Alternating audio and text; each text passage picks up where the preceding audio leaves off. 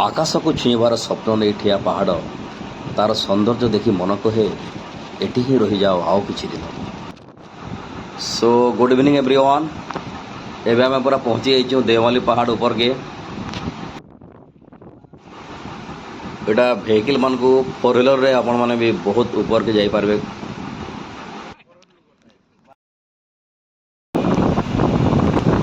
एटा आम माने आमर ओडिशार पूरा टॉप पॉइंट सर्वोच्च पॉइंट देवमाली माउंटेन पीक रो बहुत क्लोज।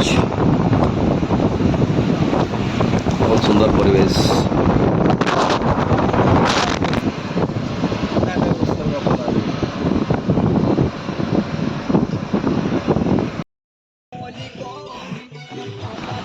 तो फाइनली आम मैंने ऊपर के चललु जिते दूर वेहिकल आसी पारा से जगह पार्क कर देकरी एबे वॉकिंग चली चली ही जवारी पड़ा ऊपर के।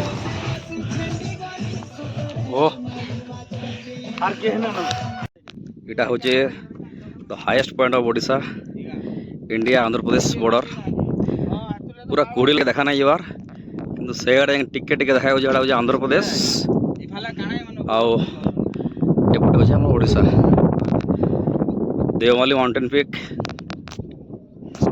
बहुत सुंदर परिवेश किंतु एटा इवनिंग टाइम है 6 बजे से पूरा कोड़ी लगे देखा नहीं जबार गोटे एत बढ़िया व्यू आसी मुश्किल।